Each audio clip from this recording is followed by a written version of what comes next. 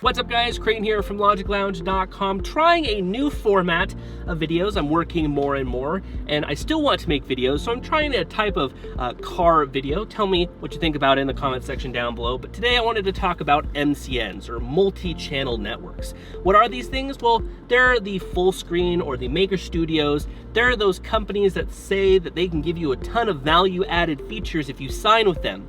And usually when you're signing with them, you're signing about a year contract, maybe even a multi-year contract, where you basically sign over a portion of whatever you make on YouTube to them. So I used to be in an MCN which took a 60-40 split. They took 40% of whatever I made. And if that's over $100, that's $40 out of my pocket that goes to them. And that's on the low scale, of course, if you're only making $100, but if you're making more, that can be a large part of your profit. And that's something that nobody wants to have. And my experience with these MCNs is that whatever they're taking from you, they're not gonna give you that value really back with what they're giving you. You're losing that money. You're permanently losing that money to them. And if you want out of your contract, they basically have to give the authorization to YouTube to release your channel. And usually they won't do that unless your contract is up, because that is money out of their pocket. So when they're signing these contracts, they're taking a portion of your revenue and they're keeping it for themselves to supposedly give you all these value-added features. Now, I used to be with one of the larger ones, and I really didn't have a good time. Getting support from them wasn't fun. And there are two levels of MCNs that you can have. You can have managed MCNs, or what I'll call passive MCNs. So managed MCNs means that you get a dedicated person that you can talk to, a dedicated person that can help you specifically with your channels. And generally you have to be a very large YouTube channel to do that. You have to have millions of views, you have to have lots of subscribers, you have to have a very active community to get a part of one of these managed MCNs.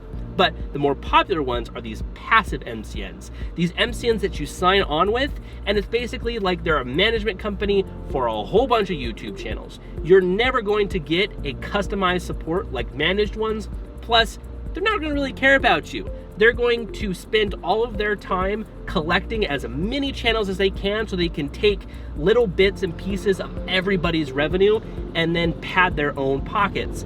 And this company that I was with, sure, they had some features, but their features just weren't there or enough where I thought I was getting my value out of it. And I mean, I have nothing wrong with MCNs, but I think as a general person, if you're a smaller YouTube channel, an up-and-coming YouTube channel, an MCN is not the way to go. Over the long term, you will lose lots of money, and when you want to get out of those contracts, you have to potentially wait up to a full year to get out of the contracts. And if you start making a ton of money, but your MCN is taking 40% of your revenue, that's a lot of money that you could be putting back into your own YouTube channel to make better content. That is what I have always done. I've always taken a majority of the money that I have earned through YouTube and put it back into buying equipment, doing special things where I can start to bring you guys more content. And that's what I wanted to do. I wanted to bring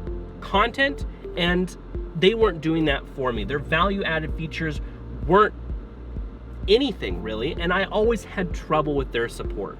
So if you're thinking about MCNs, you would want to be a very large YouTube channel, you would want to have a very large community, and you would want to go after something that's a managed YouTube channel.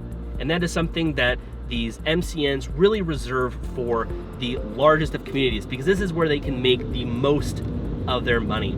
So over the long term, like I said, you're going to lose a lot of money. You're not going to have barely any support from them. And I don't think in general it's a good idea. But I'll leave you guys to let me know in the comment section down below if you're part of an MCN. Tell me what your experience has been with it. Or if you used to be a part of an MCN, let me know why you left it. I think this is something that a lot of people should well research before they think about joining an MCN, because your YouTube channel can be a lot of things and you don't want to lose your pet projects like that. That is something that nobody wants to have. So thank you guys so much for watching. Be sure to like, share, comment, and subscribe. And of course, I will see you guys in our next video.